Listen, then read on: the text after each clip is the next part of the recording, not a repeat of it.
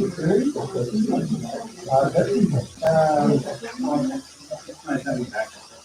Yeah. Yeah. Hi, trouble. Not bad.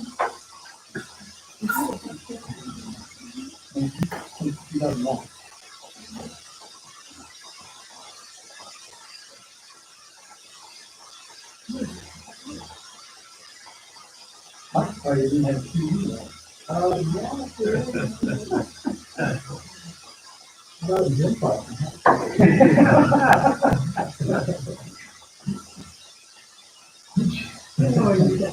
Physical education.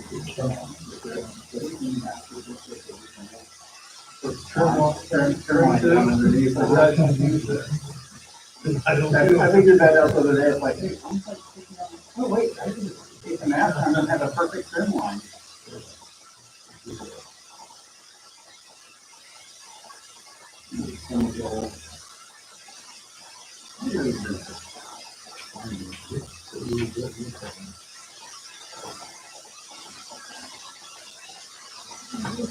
Okay, so since I wasn't at the last meeting, Brittany, of course, remind me of, we put that default down. Normal, yeah, but tonight it doesn't matter. Okay. Because YouTube live streaming, these things got normally it's only for YouTube video. But once we get it all tied together, then it will be for everything. So all I need to know is I didn't turn it on now. Tonight, yeah, you have to re-educate me. Okay. I'm going to do it. Yeah, if the audience hears that, it's all. Yeah, you hear us okay?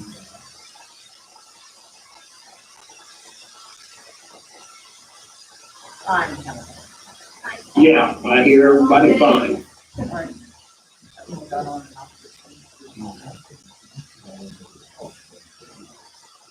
Yeah, it's on the computer, but I put it up.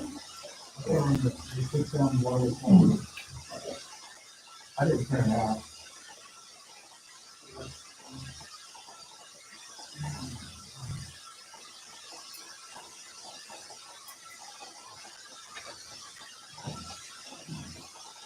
I've got a copy. Anybody read that?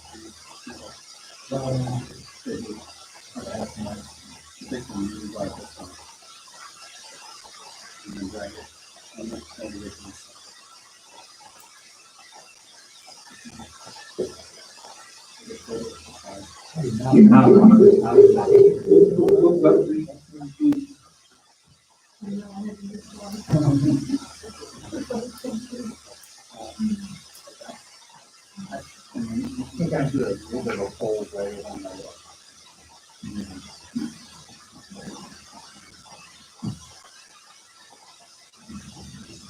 yeah, just 2 quick minutes, find out the chart.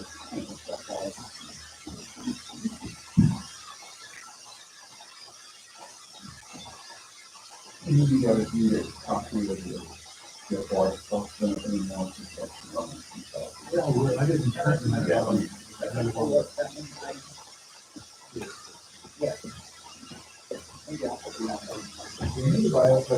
No. Yeah. Dual screen? Yeah. Well, okay, so here's the thing, you're on that. You play with it as sidecar. I haven't done it as sidecar, I just use it as sidecar. Basically, you go to there. Yeah. The sidecar, and it becomes second. Yeah. You can mirror it, extend it. Yeah. Pretty cool. Yeah, I haven't used it that way because, I haven't used it really off. I just use it next to it. I played it with that way for a graphics that it's type of stuff. But the only problem is if you're watching the screen, if you're hovering to move it, unlike a real graphics tab, eventually you go to cursor and stuff on the screen, you got to move it down. Yeah. I thought it's small.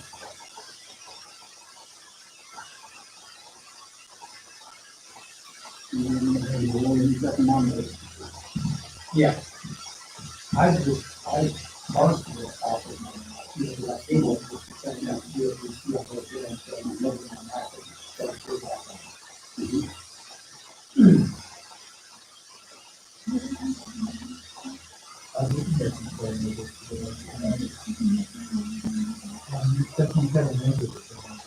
Oh, okay.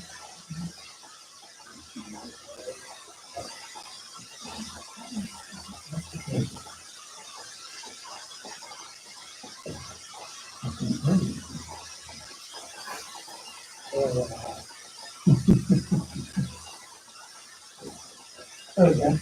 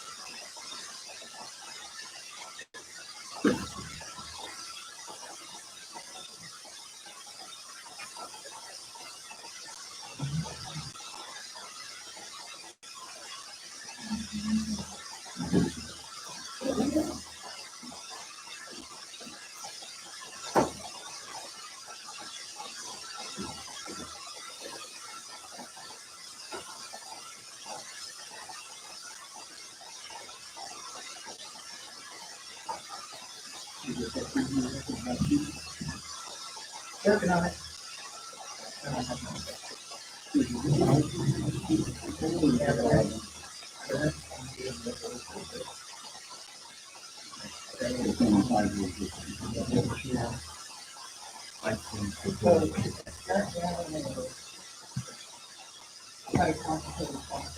That's right.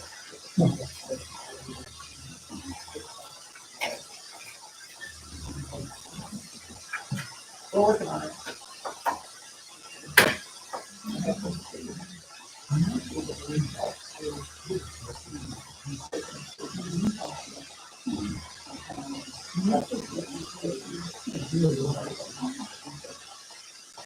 This conference will now be recorded.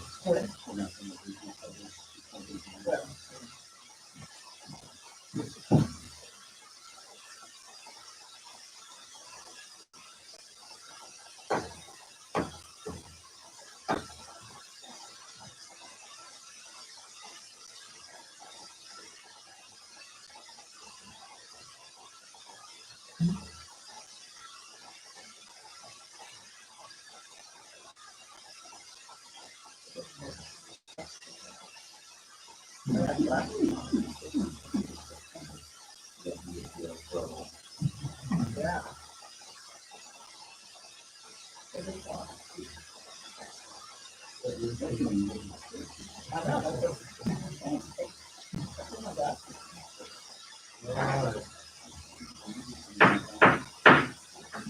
$7 welcome you all to the November 19th Desoto City Council meeting. Will start tonight with roll call. Lane, Here. Daniel. Here. Michael, Here. Murdoch. Here. Ritter, Here. everyone's present. Okay. I will invite you all to please rise and join me in the pledge of allegiance. I pledge allegiance to the flag of the United States of America, to the republic for which it stands, one nation, under God, indivisible, with liberty and justice for all.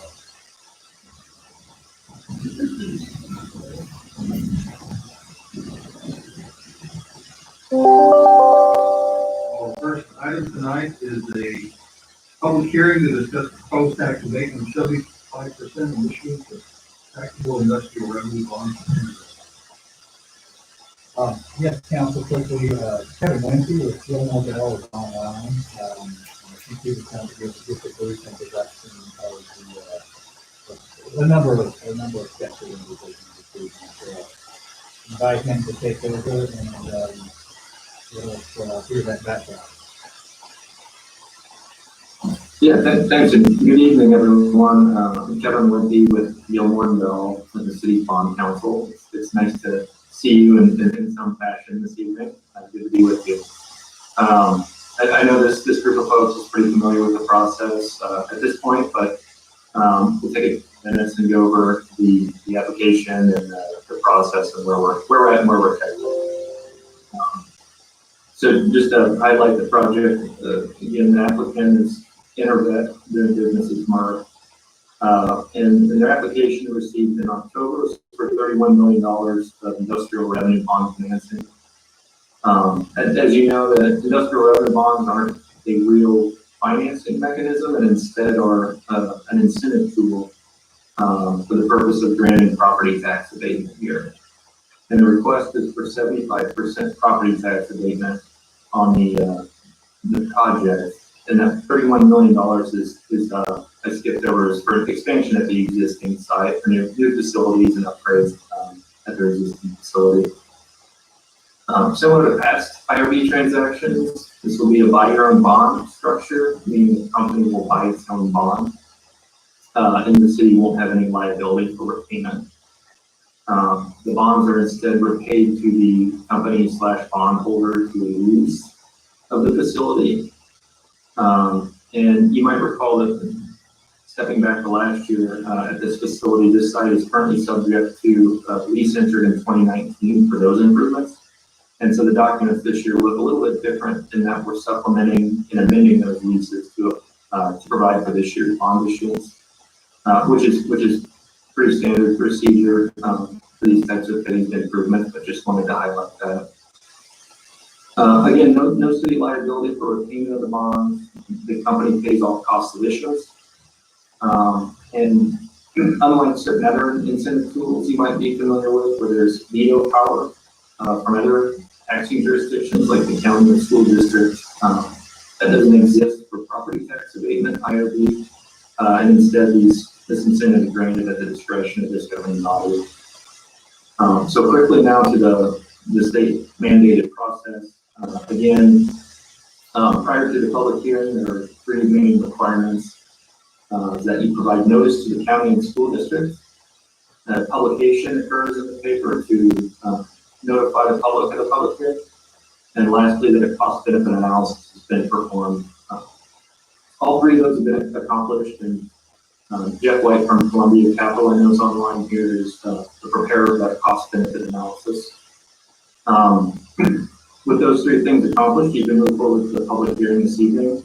And after that's closed, consideration of the resolution and ordinance authorizing the project and issuance of the bonds. And if approved by the city council tonight, we proceed with the company towards closing in mid-December, and their abatement for this phase will begin in the 2021 tax year. With that, I'll step aside and happy to answer any questions or stand by for anything else. Any questions for Kevin Wimpy? Okay.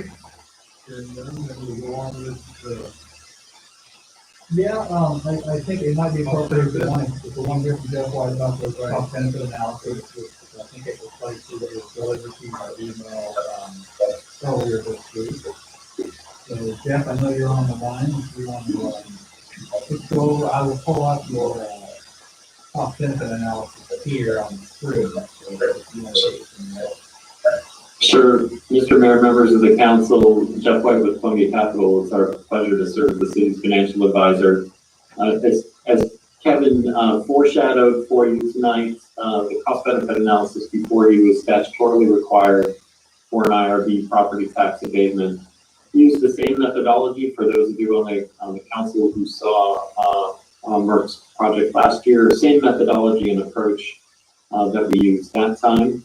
The memo highlights our approach. The summary page provides the details required by Kansas law. So again, an assumed 75% effective tax abatement, also an assumption that sales taxes would be exempted on construction goods and materials. Our calculations show that the city, the county, and USD 232 should all expect to see a net present value benefit from this project. And that's really due in large part to the fact that not all of the property taxes being created by this new facility or the expanded facility will be abated. So each of those taxing entities will get a share of the new property taxes created by this particular project. In the city's case, the city will also benefit from franchise fees and other and other revenues as well. A couple quick notes. Our property tax abatement cost benefit analysis looks at direct costs only, so this doesn't include spin-off jobs and those kinds of things, which you may see in other types of economic impact analysis. At the very bottom of the page, you'll see that there's a projected impact of the exemption on state revenues. That's also required to be calculated by law. So with that, Mr. Mayor, I'm happy to try and answer any questions about it. Okay, any questions for Kevin White on the cost benefit analysis? Hearing none, we will move on into the next step. We want to formally open the public hearing. Yeah, do that now. Okay. I now open the public hearing. Does anyone wish to speak regarding this matter?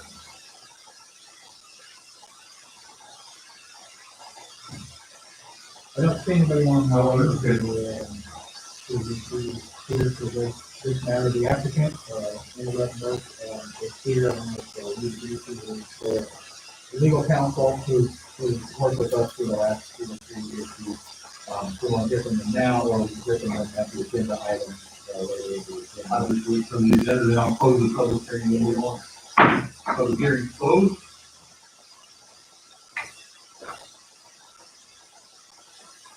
So we will continue. First, item 1, consent agenda, approved minutes from the council meeting of November 5th, approved pay orders number 890 and approved resolution 1037 confirming appointment of Ross Garrett to the district component authority. Any discussion of the consent agenda or motion? I'll make a motion to approve the consent agenda. Second. All right, we have a motion and a second. Any discussion? Roll call, please. Michael, Yes. Lane, Yes. Ritter, Yes. Daniel, Yes. Murdock. Yes. Thank you, council, motion carried now. Okay. Item 2, call the public. Members of the public are welcome to use this time to comment about any matters. Anyone wish to address the council tonight on the call the public? Again, no one's online to do that, I assume. That's correct. We will dispense with that. Item 3, old business. We have none, so we'll go to 4, new business. A, consider resolution number 1038 for. Can we adjust, before we do that, might as well take care of this business first since they're here first. Sure, we could amend the agenda. Would someone make a motion to amend the agenda? I make a motion to amend the agenda using items 4F and 4B with funds of the agenda. No, I second that. Okay, we have a motion and a second. All in favor, say aye. Aye. Aye. Opposed? Aye. Okay.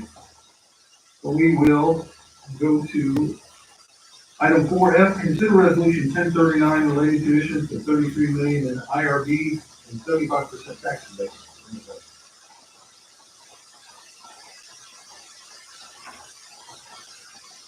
Mike, if I can just, I believe that should be 31 million on the agenda. That probably was my. Oh, the agenda?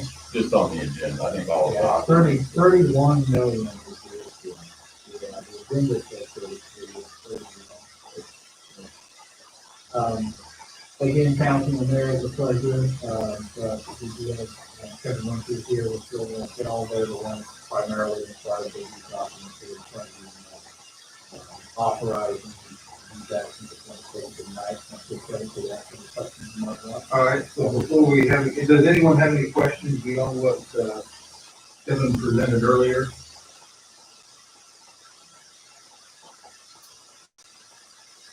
Okay, hearing none, I don't know that we need to go through that again, so,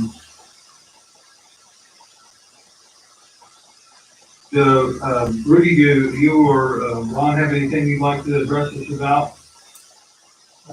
Ron, Bill probably is in the best position to answer your questions you may have. We really appreciate the opportunity to be in front of you this evening to say yet again another effort that we want to do.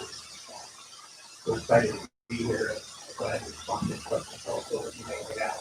Also, during the audience, it's not due to respond before the site. And, so I want to make sure we do this thing. Okay, thank you. Well, we're glad you're here as well. Thank you. Does anyone have any questions for the folks that you?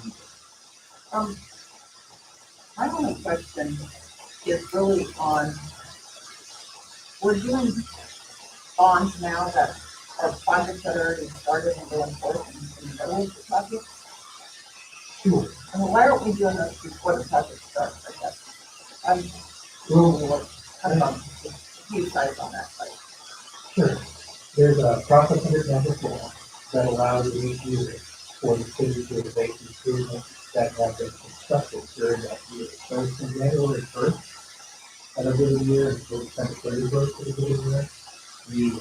The work that is being constructed at the site, the work that's being done, we need a particular task for the first 2 years. The work for that particular year needs to be included in this particular bond. And so sometimes it's not easy to figure out in advance what the capital spend is going to be for the year. It becomes much clearer this time of year, frankly, because of the difference. You can see that there are a variety of different projects that are all being executed out of the site because there are so many different buildings and projects that are the subjects that we get the revenue. So those numbers really come together in a hard, solid numbers about November-ish and October, with a better sense of what we can spend between calendar this year. Which is why we typically come this time of year, because unlike some other applicants that come in front of you, did everybody did get that? Yeah. So unlike some other applicants that come to you first, take a bucket of money, that they're going to spend it before they do that. Mark is basically tax flowing, these improvements, and they get a better sense at the end of the year how much needs to be included, make sure it's paid for the 2024 season. So that's why it's comparing about the 10 years as opposed to off the front. Does that make sense? Yeah. That's just my question. Great. Sure. The other question I had was, land purchase. Is that land purchase that, and I understand that land purchase can be used for this, but is that land that is going to have future development on it? Is it a part of, if you already have, I don't know if you can answer or not answer about that. Is it part of the development or is it debating for those purposes, some land out there, like, that's Well, if we added to the sample, it's potentially the land between the road and the interstate. If I understand it correctly, it's zoned M1, so we zoning is appropriate, so to continue to develop. And the idea is that there aren't really opportunities for land to come along, it's just a basis of clearly. So it's not just buses, but it's the opportunity to further construct more improvements of the district that makes sense. That there's only so much land that it has to build. So the short answer to your question is development, but whether that's currently nothing until we can come in and decide what to do with it, that's kind of a whole different process.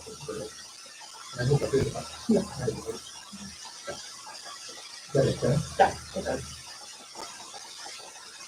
Should just start, I mean, in my mind, I just hope that something happens with that on the land instead of just, sitting there, but it's because, and now we get a lot to develop, to get it developed, until a lot of money we can get it developed and hopefully, I think it was kind of a surprise to me that, it's part of this, and a part of your, not necessarily a surprise, but a part of your campus, but just hoping that something is done with it. So that our investment in the roads and everything going through there into it, for us in the long run, because it was worth doing that by having it happen. Sure. And the idea is to continue to this site one that we expect to it, the future investment by Mark, all the other sites, right? So it is competitive for investment, and for this, I think, we are further down that path, right? It's the competitive. Thank you very much. Okay, any other questions from council? Okay, someone want to make a motion to? Actually, I have a question. Certainly, go ahead. On that point. So, back to the map, on the, in the report, you have to in the report, maybe $25 million for manufacturing expense, $4 million for land, and $1 million for building. That's how it looks. I mean, 30 million, but in three other places in the report, it uses 33 million. Right. Oh, is that a question for you? Well, I might be able to couple on this line, in the packet, I don't need to put it, but at the time the application came in, we didn't have a good sense of what the top of the number was going to be. So maybe the best way to go is the application we have right now. There's a number of people for final, they looked at the 31 that's the appropriate, so we have to cover off the top. And one of the other, is the 25 before, or the one need to be adjusted to the actual total up to 31? I don't So is it- That's only in the In the resolution. The resolution has any kind of. I know, will there be confusion if somebody looks back at the history and the report numbers don't all add up and things like that? That's my own thought. So those numbers, Ron provided me, I think, on Friday afternoon. So Ron, given those numbers, where is the discrepancy in the 2 million? Is that? Well, we'll be under 31 million. The point is, we started construction on 2 new structures on our farm on 7th Street. One is the new administration building, laboratory facility, another is the utility building. And we hope to be further along with those than what we are. Ideally, we would have been closed in before winter. Right now, we're just on basement walls and doing concrete work. So that's kind of where the shift is coming from. We thought we'd be the 33 million, but it's not at all. That's what we just. So it has to do with the 2 buildings listed here. We're just getting out of there on what we need. So I'm just looking for consistency between. Well, so then it would be- They refer to 26.4 million. And the number will be 31 million. Would be, That's right. So we should make that 26.4 and one on the archive copy of the report. So that's 31. Okay. What else? Mayor, if I could just note, I just wanted to be clear, primarily in response to Councilwoman Murdoch's question. You'll recall, it seems like maybe 3 years ago, you passed 2 resolutions. I addressed this in my memo, but one was for $50 million, and that was for a specific project. And you did, in fact, adopt another resolution, but it simply was to indicate that you as a city council would view future applications favorably, but that's not binding on you, and per statute, you need to treat this application individually on its own merit based on the cost benefit analysis. So I just wanted to note that for the record. I guess that's kind of part of my kind of reasoning for trying to understand why we do it after things are done, because if there was a change over on council, it's not binding to do that. And I'm not saying it on our part, but more on their part, that it seems to me that why didn't you not do it before and after? I understand now why you do it after, and we are, this council here is committed to it. But if there was a change in council, we're not bound to that, correct?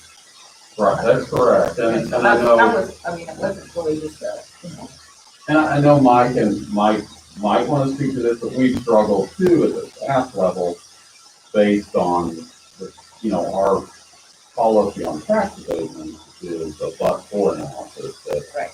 you have to show that you won't be doing the project without the tax abatement. And as you point out, that's Doesn't really jive when you've already made it. Well, it does and it doesn't. I mean, just because they are seeking reimbursement after they've done it, doesn't mean they would have initiated had they not had the idea that the reimbursement would be coming at the end.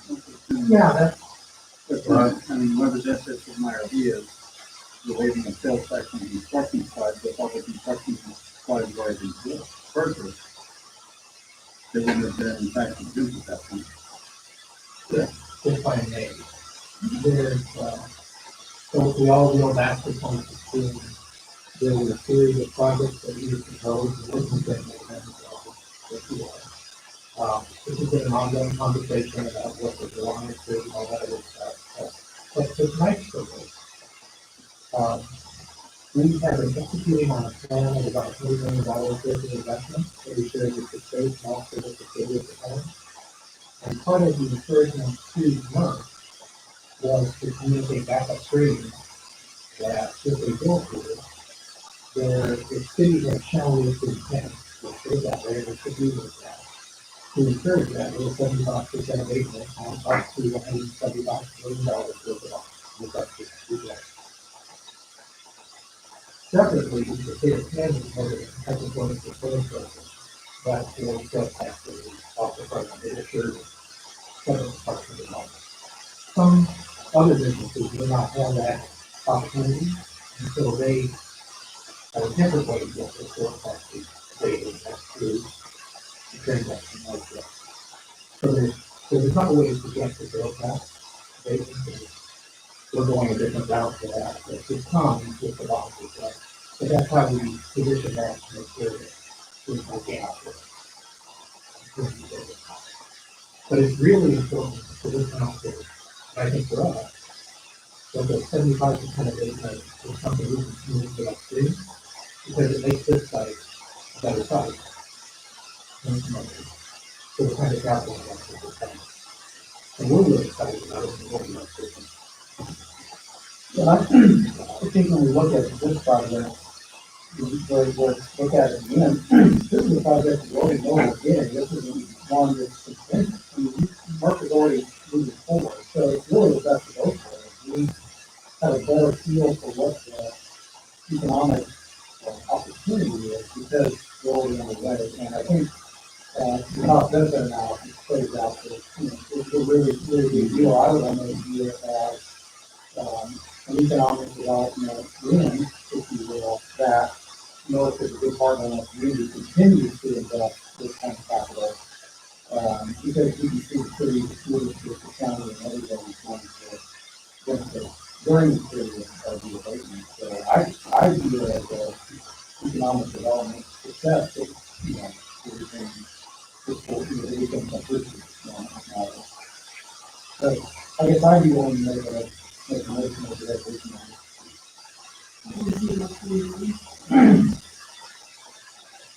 Unless there's any other special comments, I want to, is there anybody online that? Danny or Kevin, do you have any questions or comments? We have. I'm good. No, Mayor, I'm good. I'll make a motion to approve resolution number 1039, determining the intent of the city of Desoto, Kansas to invest the revenue bond and revenue amount not to exceed $31 million. Finance the cost of acquiring, constructing, and equipping the commercial projects for the benefit of investment or the construction of the fund.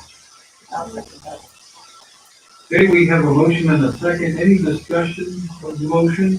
Question? Not roll call, please. Ritter, Yes. Lane, Yes. Daniel. Yes. Murdock, Yes. Carmichael. Yes.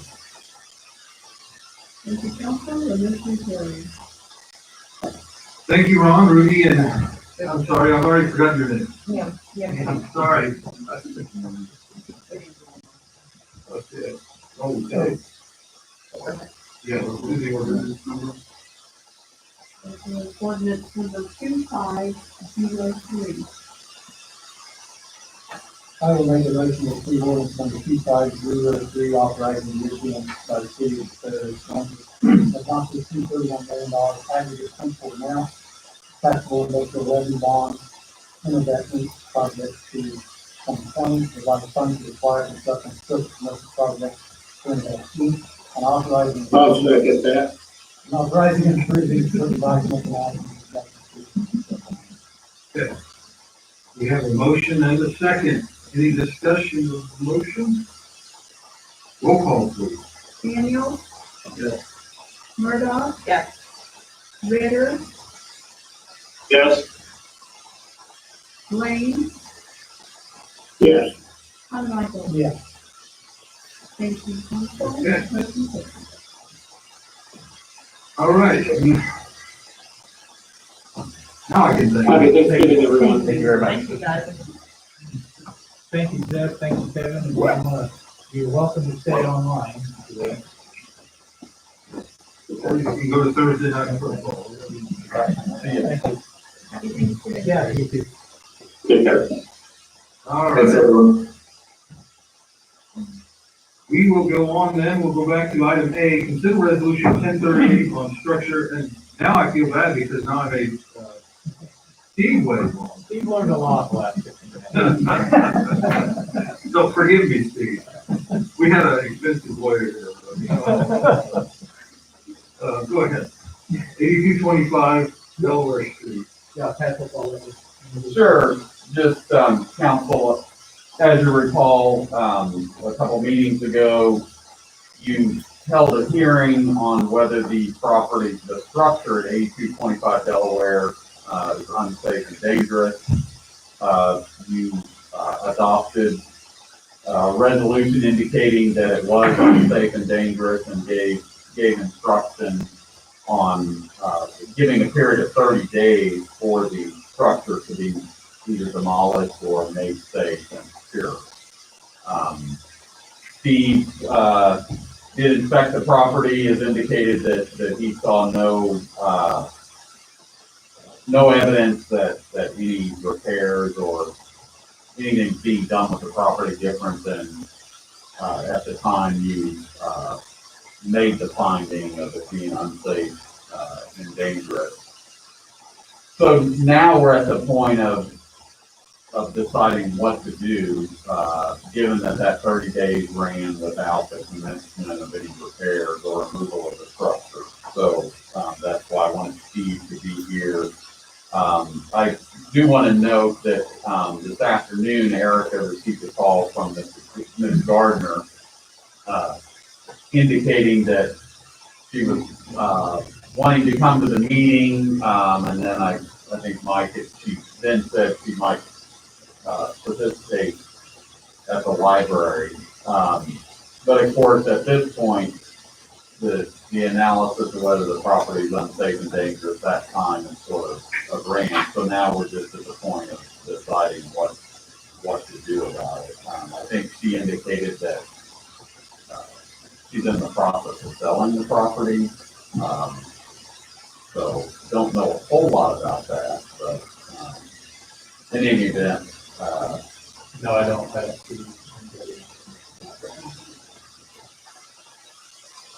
that's knocked off, rather than height. Yeah, that's okay.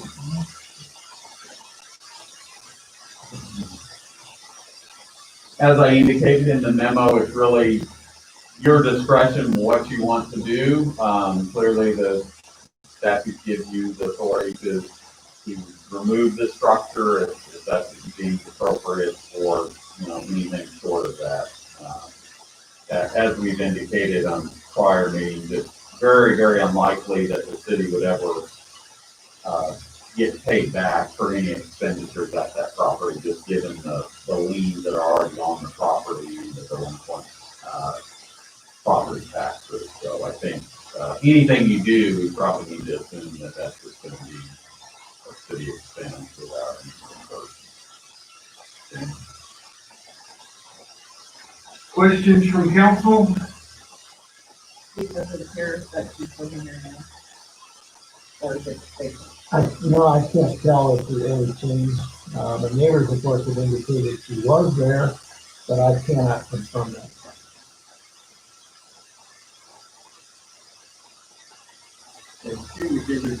that's near between falls, it is a place itself. Not according to the Johnson County Land Record. Yeah, so, I mean, that doesn't mean much at that point.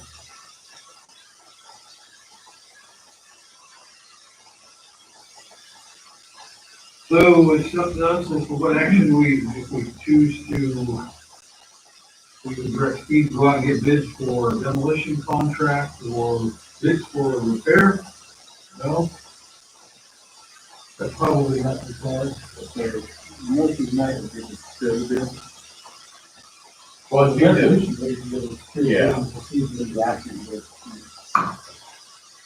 It could be, if those bids are about like staying authority, that's what they will be, I would have to say. That was part of my question, was, Yes, either way, we have to. you know, have to sit again until it was certain amount. Yeah. And it certainly will be. So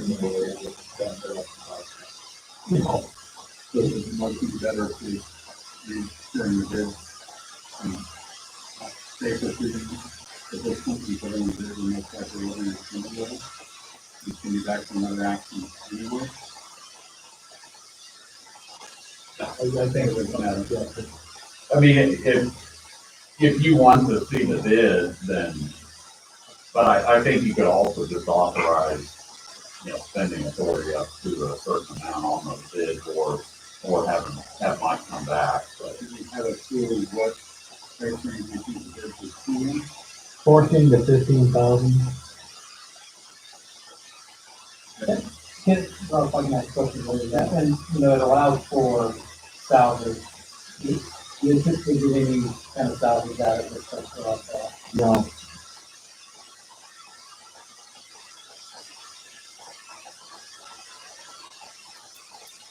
Well, I don't know that there's any, I mean, I think we can put it out to bid if it goes, either, I would say if it goes over or under.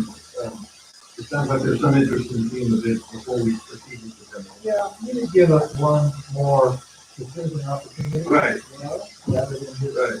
So, I think the ordinance will be fine as written, but just bring the bids back before we turn the contractor loose to. And after this, the court still hasn't ruled on the eviction or. Right, their answer deadline, will run on the 24th of November, so, it would be after that point that I would apply for a default judgment, but right now, you can't do that until that time runs. They have, both parties have 21 days to respond. So we need to let that time run before we get notice on the court. So, do you think we have bids by the 15th of December? yes.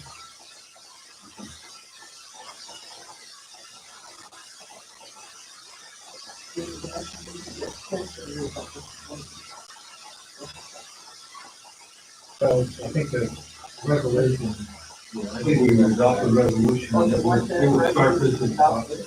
Now, Yes. Adopt the resolution, but with the caveat of action staff, bring the bids back. So about the resolution,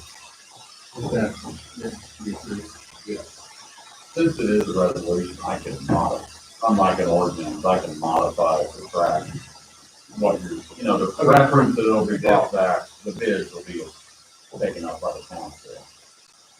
you just want one more decision point before the building tomorrow. so I'll make a motion that we direct staff to your bids and proceed with the structure that the Quincy, Delaware, and the resolution number 238 is approved with the bid to be approved, brought back to you to the council.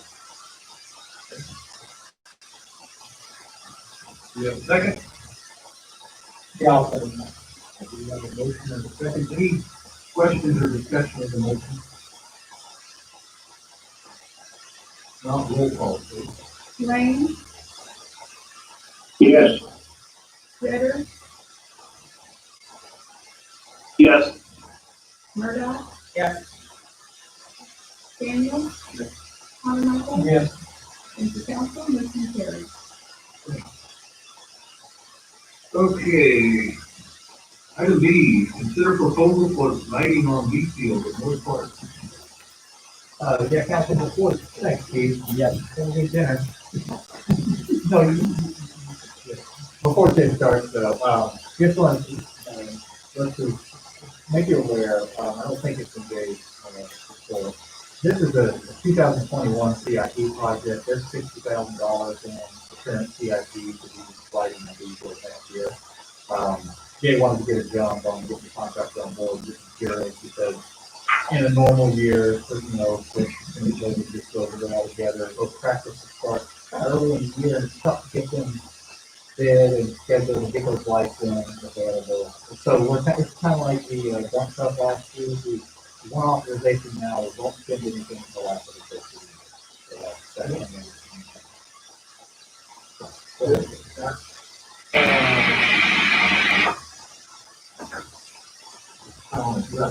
That was your mic, No, not, it was Mike, podium mic. just the podium? Yeah. Oh, I'll bet we'll just switch. Yeah. I'll bet we'll just switch. Yeah, just make the talk to the phone.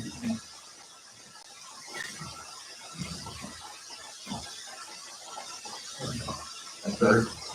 All right, here we go. All right, council, as Mike kind of outlined for you, this project is for relighting Village Park B field, and like I said, we are trying to take advantage of, being able to secure this contract in 2020, so that the project can start at the beginning of 2021. One thing we also is that we will be saving roughly 3 to 4% on typical markup here, if we were to wait till 2021 in terms of the minimum amount of materials. So, granted, yes, it is a big number, but there is some savings in doing that versus wait till the savings. As most of you, I think, would recall, in 2016, we entered into an agreement with Mexico to replace the lighting on Hayfield at Miller Park. That project was $141,900.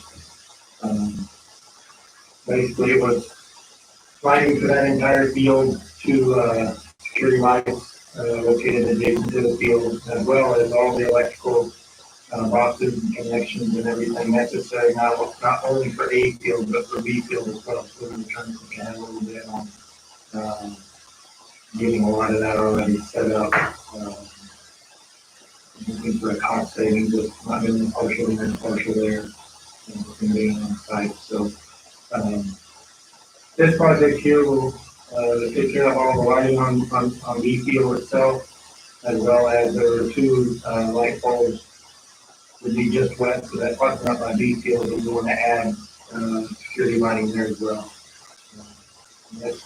As you can see in the memo, this can all be, we use control link, which I can turn lights on and off from my phone anytime. Folks just have a phone number to call, but they can call and get it turned off and on.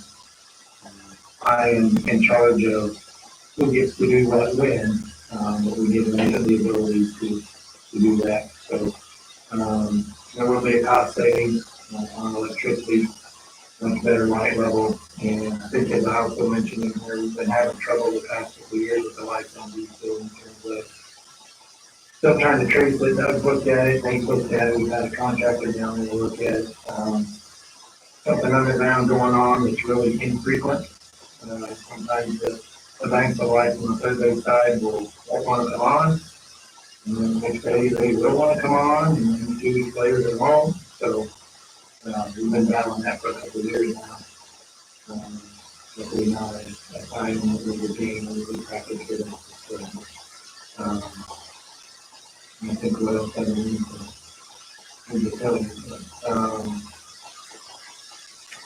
that's pretty much it. Any questions? Questions for Jay on the lighting project? I'm just curious, they do it LED. We did. And that was, you can't see me smiling in my mask. There was quite a discussion among Justin and I, as well as Musco rep. Initially, yes, we were gonna go that way. Cost is one, longer warranty, obviously more efficient. Then the thought came into my mind of, okay, we have HIDs on A field. We put LEDs on B field. Granted, you're gonna have a little bit different look, probably not that big a deal. But more of the perception of, I don't like it to play on B field with the LEDs, I gotta play on A field with HIDs, not, necessarily know the terminology, but, basically we decided to stay with HIDs just for consistency between the two fields in terms of the look. Yeah, there was some long discussions over that. These, the whole, everything else, is probably 40 years. Yeah. So, with the life cycle cost of operation, and the energy cost, for the, for long-term future. Is it worth? Is it worth the LED? When would you have to oppose the LED? They put it to 30 warranty on that. No, 25, sorry. So yeah, we're looking at, I mean, they do everything for 25 years. Doesn't I matter. don't care anything. Yeah, I mean, they come in, if we have any issues with poles, lights, frankly, any of their Musco, equipment, they come in and replace it, no charge for that warranty time frame. But, I didn't lose as far as you're talking about in terms of, I think we were going to have a cost analysis of how much more LED is than HID and savings, and I didn't get that far with it. We did do that. When did we do that? When we looked at A field though? I remember we had a long discussion about LED. We did, we talked about those at the time, and at the time, The rate a little different, what, that's 2016, yeah, at the time, the recommendation from Musco was, from our rep, was that he felt it was premature for us to put up LEDs because he didn't feel comfortable that they had gotten it right yet. Yeah, 4 years ago, that's probably right. And now you're pretty much seeing. Yeah. All sorts of. Yeah. Yeah. So that was the reason for the first time going with the HID. And then, like I said, we've had multiple discussions, and what we came up with was part of the due cost without that cost analysis with the upfront cost, and then also just the consistency of the light between the two fields.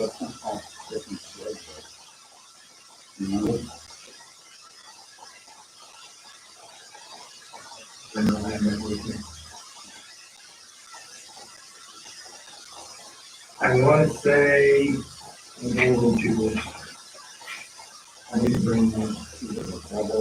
No, Yes, on a about 20, I was gonna say, I think it was about 20,000 more, roughly. That's what you're having to it's do. really, And then these are double. yeah. Yeah, Going out that ball. yeah, roughly, yeah, like Kevin said, it's the top, everything else they're doing is the same. I think in 2016, we had the discussion if we went HID on A, because that was the cost. Like this is gonna limit, I mean, we're gonna be probably committed to relighting D fields with HIDs if we do them on A field. I think we had that, at least as the park order, I have that in my mind, that was. I think that was part of Our the discussion then was like, Yeah. well, we're gonna be sending to this technology for our next lighting as well. Yeah. So that the two are uniform, in equipment, so that the lights are the same. Yeah, I got it. The same. On this control feature, Jay, will that be able to control, the shelter house down there lights too, and the lights on the lights on the tennis court? No, this will only control the Musco supplied, lighting. I'm not saying that they couldn't hook something up separate from that to control that other lighting, but, right now, the plan we have is that it'll just do, and right now, it's the Musco system, where we have it set up right now. I can control A field and B field right now, even though we don't have Musco on B field. They just aren't subject to any issues with B field that come up, we have to take care of them. But once they put their equipment in, then it's subject to the warranty and you have to take care of it. That's mainly to your question, that wasn't in the plan. Not part of this bid. Yeah. Oh, okay.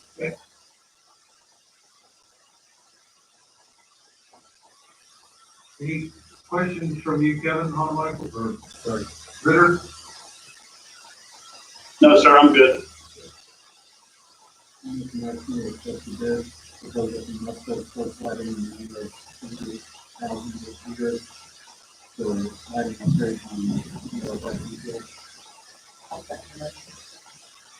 Okay, we have a motion and a second. Any discussion? Not roll call, please. Lane, Yes. Ritter, Yes. Michael, Yes. Murdock, Yes. Sandy. Yes. Thank you, council, motion carries. Okay. Thank you. All right, item C, receive presentation on Riverfest Phase budget. Yes, council, Doug Pickard is online. I briefly showed the final rendering to you, I think it was the last council meeting. Doug's here tonight. I think he wants to step through the concepts with you and talk a little bit about costs. And then once he's done doing that, I do want to have a brief discussion about sponsorship campaign and what sort of efforts we want to do with that. So let's turn it over to Doug now. To talk about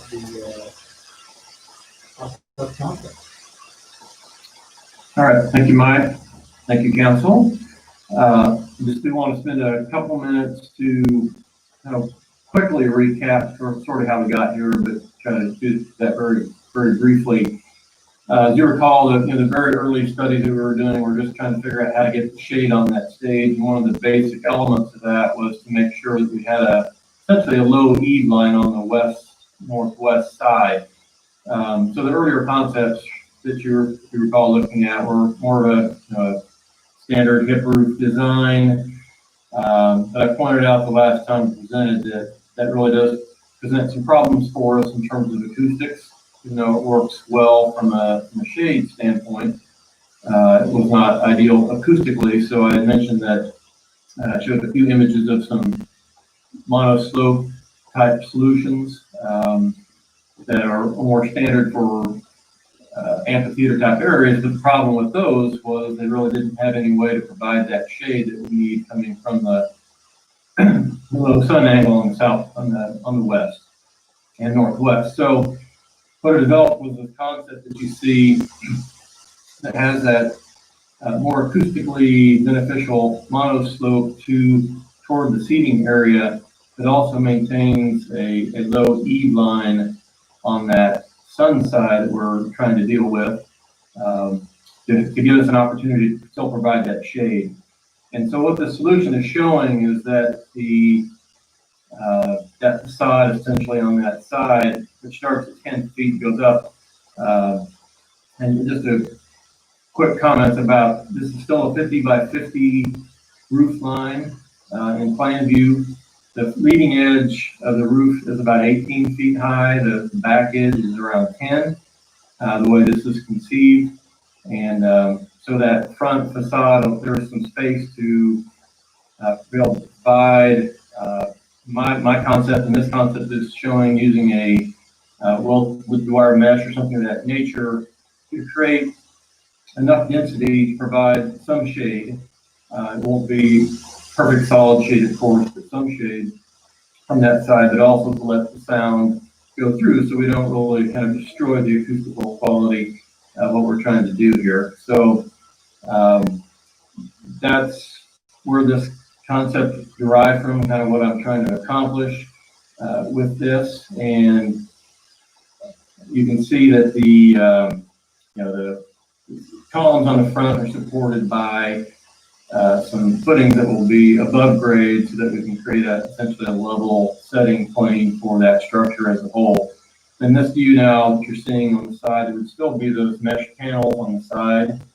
There will be sun coming from those angles as well, depending on the time of day. I will say that even without the mesh panels on here, the first half of the day and really up to about 5:30, 6 o'clock, worst case, there will be good shade on this. The real challenge here is what to do about that 6 to 8:30 time frame. So that's what we're trying to accomplish here. So this rendering is kind of capturing, the basics of it and kind of how the structure is conceived to be something that's going to accomplish what we need to do. And what I'm proposing here is a tongue and groove wood deck structure with a standing seam metal roof. Obviously, it's all painted steel for longevity and durability, those types of things. And it obviously straddles over the existing 40-foot diameter stage that we have. So that's the scheme of it, kind of the idea behind that. And then the last image here shows, the obvious concept, but I think it works quite well. That front panel becomes a good place, obviously, to put banners, sponsor panels, and to provide that. Now, also clearly, especially for the concert, which is really the key shade element, is by having banners up there, which would be easy to hang on a mesh, you're really emphasizing the shade value of that. You won't have to have sort of a filtered light. It would be a solid screen. I'll point out too that I think that the option remains for not a lot of cost, that on the back side of that mesh panel, we could still look at adding a sunscreen product on the back side that would be supported well by the mesh if we wanted to make that panel more shade, provide a denser shade without still impacting sound passing through that, so that we don't lose the acoustical quality. So any questions about any of that before I kind of move on? The design notes, the next page, I really have touched on most of that, so I won't roll back through all of that at this point. But any questions about how the structure is conceived or why or any of that? Question? Okay, go ahead.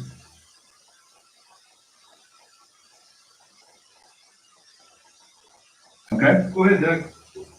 Okay, thank you. And then on the cost part of this, I did update the cost to include, some of the site work, structure itself, footings, and I kind of kept the whole package here, including the tree plantings, which I know those 6 large trees to the northwest are also included in here. So I need to point out, and unfortunately, we kind of have to give a little bad news about this cost estimate, because I got some late information, and I'll take fault for that, but I thought I had crossed my T's and dotted my I's on the initial numbers that I gave you, but I had one quote from one supplier, and I was chasing 3. I just got the last 2 today, and the initial quote that I had kind of worked from, thought I was clear to them that it needed to include an installation of that structure, and that was not the case. So I apologize if this is wrong. So that line item for the structure itself installed is showing like a max of 105. Realistically, it's going to need to be about 145.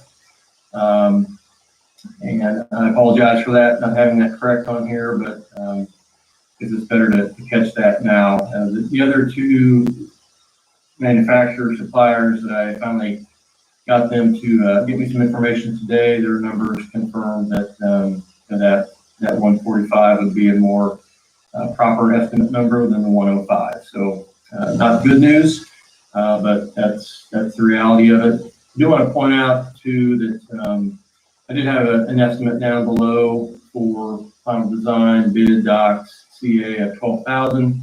That was initially based on thinking that since it was a custom structure, and I wanted to make sure that we could detail this thing where we wanted, that it might need to get a structural engineer involved to help prepare the documents and the member sizing, but having worked through some of this with 3 manufacturers, I don't really think I need to do that. We can lean on the in-house engineering for them to do their stamped structural engineering drawings, shop drawings. So that number really can be cut in half in terms of what it's going to take to prepare any bid documents. And instead of 12,000, I think 6,000 is a much more realistic number for that. So it doesn't offset the error above, but that's kind of where we're at. And any questions about any of that or any comments, certainly happy to share and discuss.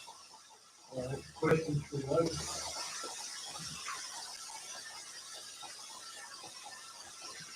So the bottom line is well, I guess the range,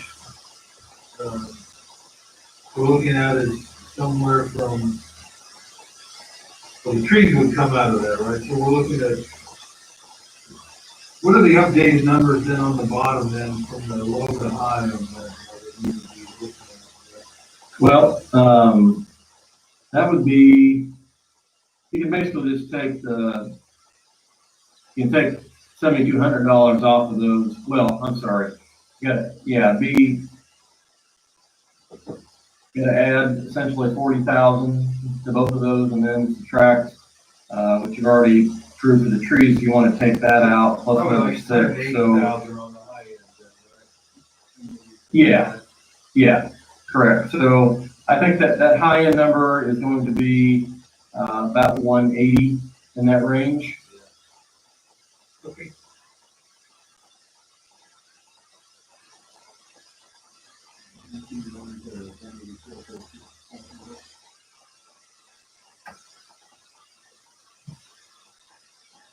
Kevin, any thoughts?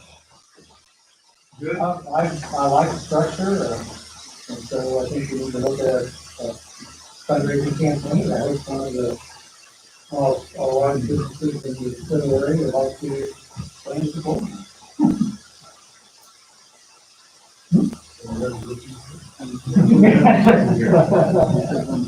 Right. Great opportunity. I think it'd be a good chance for the mayor to do it. I like it. I like your new design, it looks good. Okay, thank you. I don't like the price tag as much, but we'll figure out how to pay for it. Understood. I didn't either.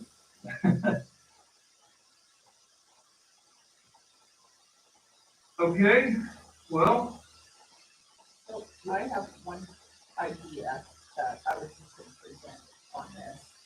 Is it possible to double use this as a shelter also and put some picnic tables on it, and maybe one of the girls can run around over by it like that's. Yeah, Jay, you want to answer that? You're harping on me about that all year.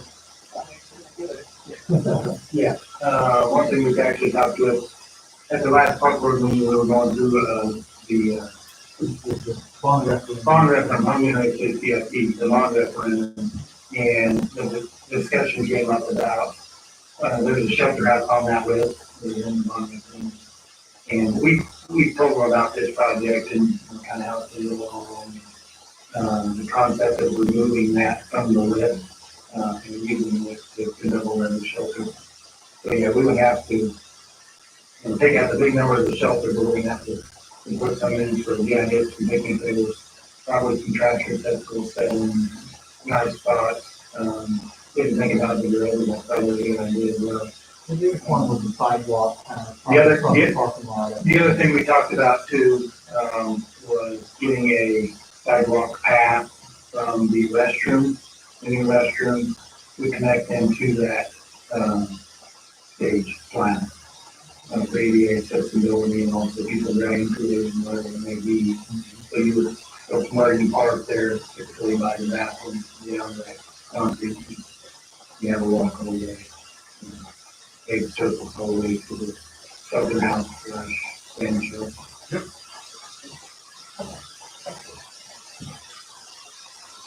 So in terms of, fundraising campaign, my impression has been that this is going to be kind of a more personal, sort of, we're going to talk to the big companies and big corporate citizens around. This isn't going to be kind of a public sell. I didn't think we put a thermometer out front in a jar by Landis. I didn't envision that. This is more of a white collar sort of a method. And so, if that's the case, then I think in-house, we can put together some material, we'll go about, the renderings and the cost. Yeah, it's just like we need a slick marketing brochure to take to, potential investors. Yeah, I think I can have it we can share that. We can have a. Is there any, problem with additional power to get through this also? No, we've got a lot of power right there by the stage. There's a big power cabinet, like, just off the corner of one of the posts there. So power is pretty well set up. Now, we're gonna have to extend power, to the structure and probably have some outlets within it. We're gonna use it as a picnic shelter because that power box typically blocks out. And we'll have to have it. So yeah, we'll have to account for that. Okay, thank you.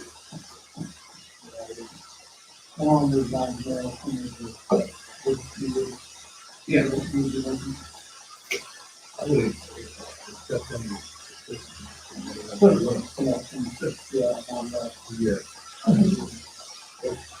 Did you get my memo last week, Mayor?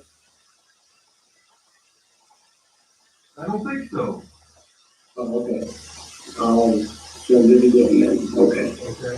I don't recall that. All right, so any action from us tonight on this? No. A question then, a follow-up question, the trees we bid, are they installed yet, or? No, those are, we had a chance to do them. Those probably in the spring. Probably in the spring, but, yeah, pretty happy with those. The other follow-on question is for Doug's work, because the next step for him will be final inspection.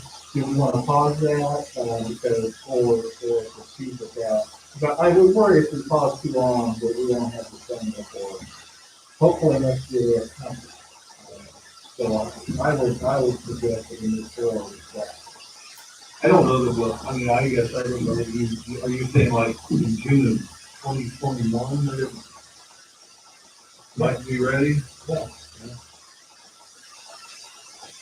So I guess the big question about the, if we don't get the sponsorship and the pay for this, are we going to use? Yeah, well, Because we move forward on it, we move forward on it. yeah, I mean, we can move forward on the design and stuff and have that on shelf without spending on the. Yeah, I don't have a problem moving with the design, I would be reluctant to bid it until I was going down the road. A better idea of the front end. The 6,000, I think, right? That's about right, Doug, wasn't that the next thing? That is correct. Yes. Well, I would say that. Yeah, I would, carry on and with the hope that, where it's up to you and maybe the other. We just get it.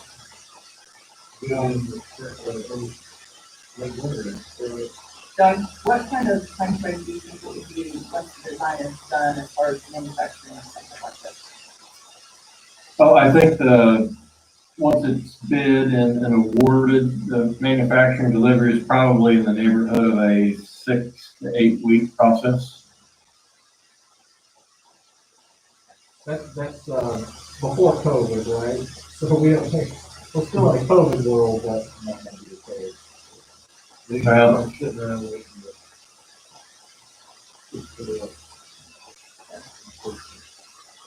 And then the other side of this, as we always do in January, February, we're gonna be updating that CRP, so.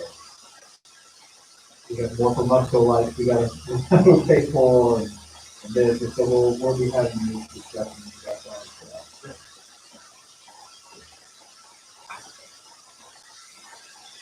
Okay, I think that's the direction we need for tonight. Okay, appreciate it. Thank you, Doug. Thank you, Doug. Appreciate your work. Very welcome.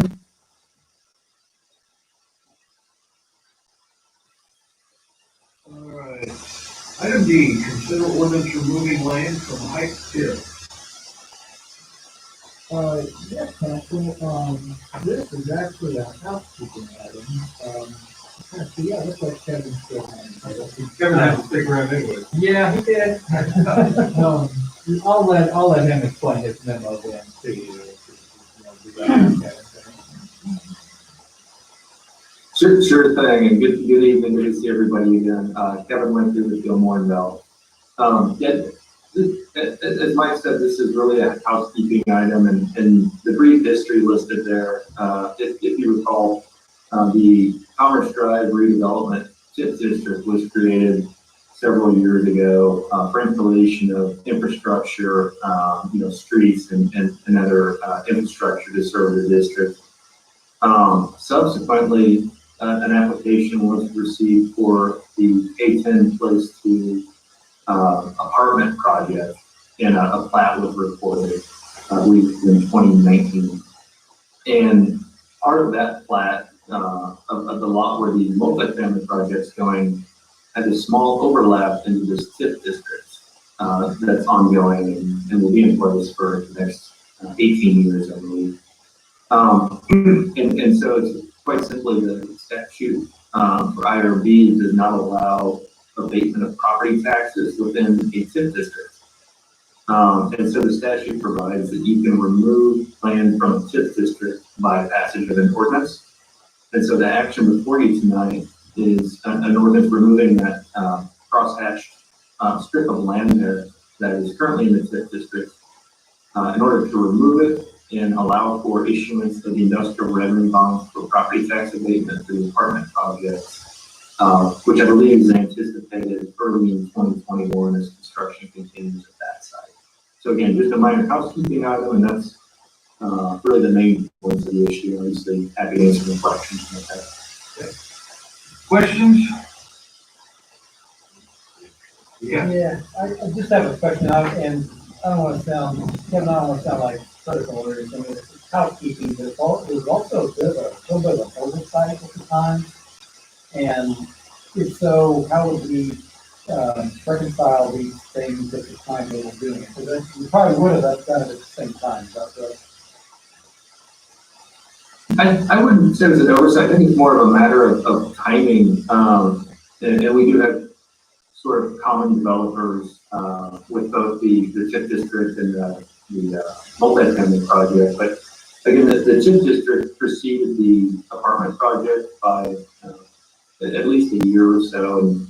And part of the TIF district was installation of again, that infrastructure. And I want to say a part of the TIF improvements occurred in the strip of land along the right of way.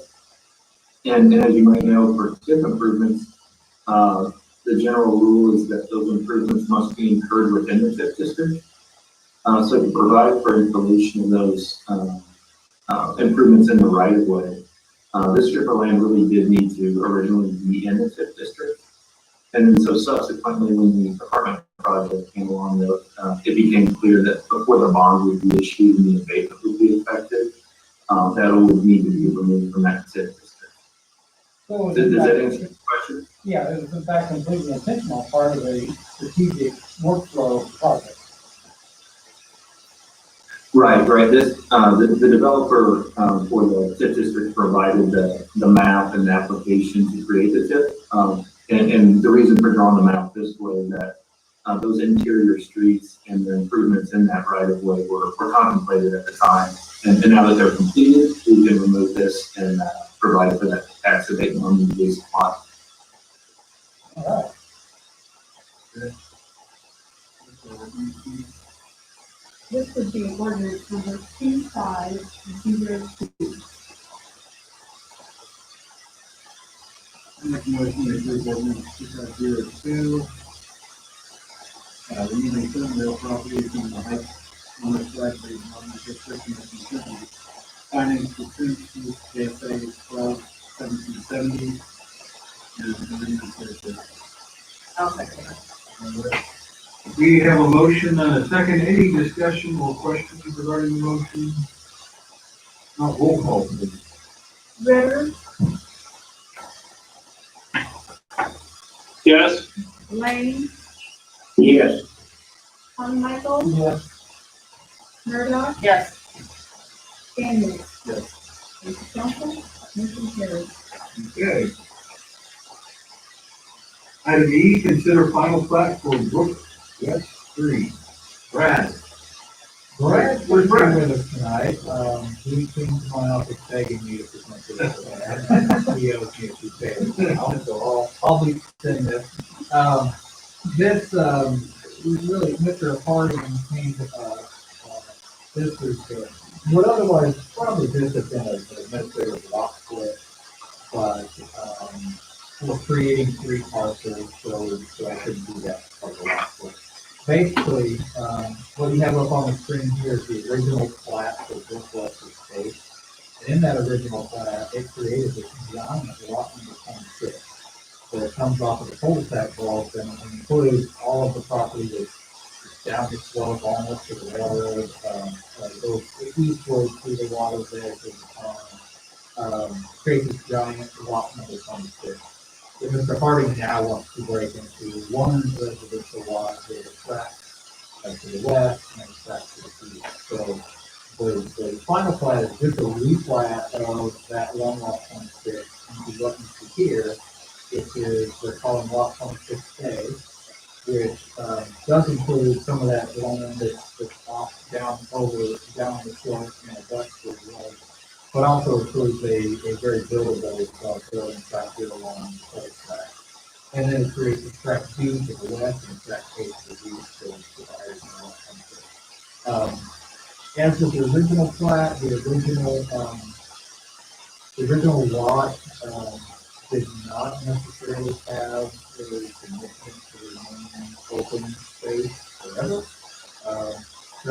On this plat, there is indicated that track A and B will be used as open space and are not buildable. So that's a benefit, I think, because literally they're, they aren't buildable, there's no infrastructure really available. That's Mr. Harding serves his purpose, and because it creates these traps, we have to apply. So, planning commission looked at this last month and recommended unanimous approval. Council action on it really is limited to acceptance of easement of right of way. On this, there is only one blue easement that's not there already, it's a pedestrian easement on the south side of 26A. We have an existing water line, that's lot 26, with the water line goes under the sewer pond, which they know since 2009. No other new easements Okay. Any questions or motion to approve?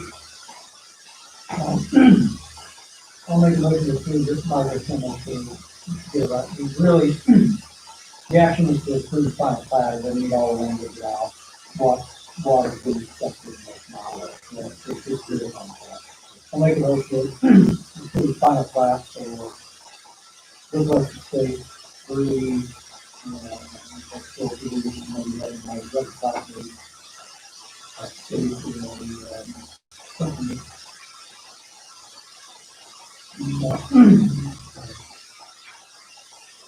Final plat for start looking for something very good to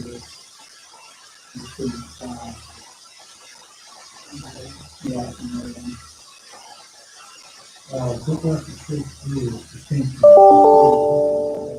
Right, that's a good one. We got a second. I'll second that. All right. That was a long way to get That there. was a long way to get to a pretty simple thing. Any discussion of the motion? Not roll call, please. Lane, Yes. Daniel, Yes. Ritter, Yes. Murdoch, Yes. Carmichael, Yeah. and Lane. Yes. Thank you, Councilman Mayor, the motion has carried. Okay. We've already taken care of F and G, so no executive session, I'm assuming. We're gonna go to advisory reports. Mike, what do you have for us? Just quickly, I know we've all been speaking about the recent health orders, COVID-19 health orders from the governor and also from the county.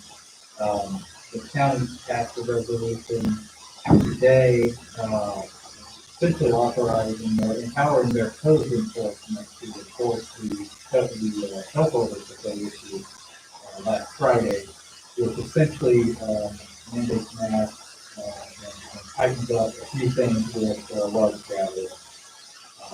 In the end, doesn't do the mass shutdowns that you saw this spring, but don't think that restate all of those right now. But it's the enforcement part of it that really has been the sticking point of the county. The county making struggle with how they were going to go about enforcing that and settle down the process. They simply puts it as a civil violation and not a criminal violation, and puts it in the hands of and code enforcement to appeal complaints and follow up with the enforcement activity. Subsequent to that, there are drafts and the intent of the county is to enter into separate agreements with each city, whereby the city will allow the county jurisdiction within its corporate limits for the county code enforcement staff to enforce those orders within city limits. In no discussion and in no way is it postulated that the city code enforcement would be responsible in the There are in the draft language that we've seen, there's language about cooperating with investigations and documents and possibly city personnel, code enforcement, or police in some cases testifying, but really the burden for enforcement is on that. The county's resolution that passed today won't be in effect until it's published, but I think it's going to be another week or so. In talking with all the other cities, they're not planning, the agreement's still in draft form. It won't even really be ready to present their council until December 6th. So I'm anticipating we might be able to present that here the first meeting in December. But again, it's still a draft version. I think versions are out there available. I don't think if you want it, I can give you a draft. It's not final. So keep an eye on that. In terms of how the new orders affect us here internally, of course, City Hall doesn't. We still do our regular thing. City Hall versus project. We still have a couple of employees who are working remotely. We're still doing masks and different things like that. It might impact Jim's ability to do basketball, usually basketball. Even with it hard to get, something organized with that, you can take a time out to put it when we just have a league that just includes kids from Desoto. We have 3-on-3 league. And so it has enough kids and enough age brackets to have enough teams to kind of play some games together. Struggling finding coaches right now. But the new order, with a limit of 50 people gathering, we worry a little bit about having enough room in our gym to have games and all of that. So we're still kind of working through that and getting stuff out. And whether or not we're actually going to be able to pull that off with the new order. Other than that, I don't think for us internally anyway, I don't think we can.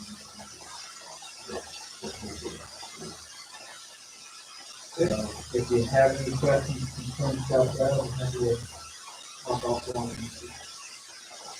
Anything else? No, sir. That's one of the things.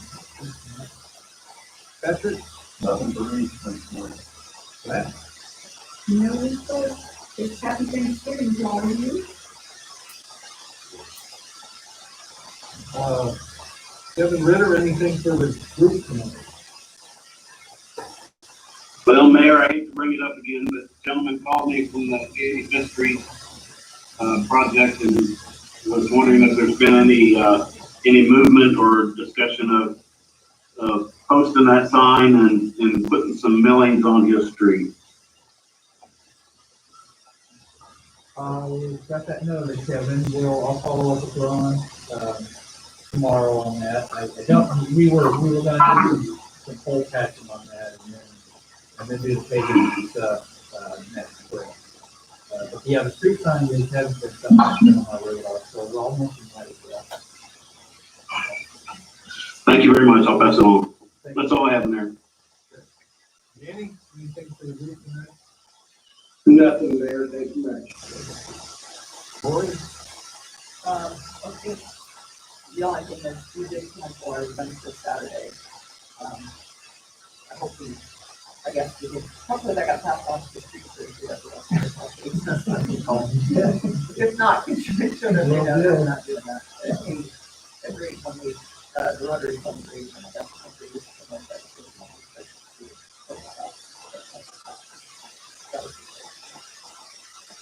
But that's it. Thank you. Well, question from Miles, you know, social media, if you talk about water line break.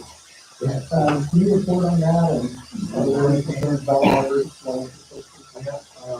You know, I should have put in my report. They got a whole extra to the water department on Friday night, about 8 o'clock. 12-inch main between the water treatment plant and the water tower, along 95th Street and 95th Street, split apart, just almost instantly done with that. We never lost enough water pressure to have to go boil water, which was good. But yeah, most of the town was really low water pressure for a couple hours, several hours, Friday evening. I think by about midnight, we had it. Was it? Yeah, it was. Yeah. I think by about midnight, we have the levels back up, because they work all night for stuff. And so it was fixing now. And so we were dealing with low pressure control. Well, that's probably about Saturday afternoon. Luckily enough, where that goes, there's a redundant line, 8-inch line that goes along Washington, and there's also feeds the town, so we were able to bypass the feed back to the tower, so we still fill the tower while we're working on the ground. That break had happened south of 101st Street. We wouldn't think so. We would have been out of water. We would have been more water, but we would have been out of water. So we lost that. Is there anything you learned from repairing the line that you thought was concerned about the water main stuff? No, not really. It worked well. That line was put in 2000, and 2009. So it was a newer line. It looked like it had been backfilled with some rocks and water that, and maybe that was didn't look like anything.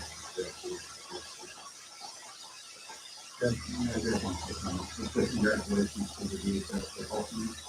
And a really good season and phenomenal time to be in the For sure. Well, I don't think I have anything to that. It was actually planning, I think, Thanksgiving, a little different on this year, make sure it's everybody. With that, I will entertain a motion. All in favor? Aye. Opposed?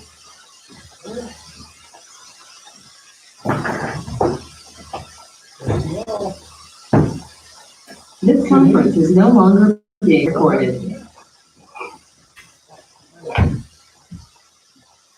Mike, did Mary Jo and Fairfield contact you about what we wanted? Yeah, she did.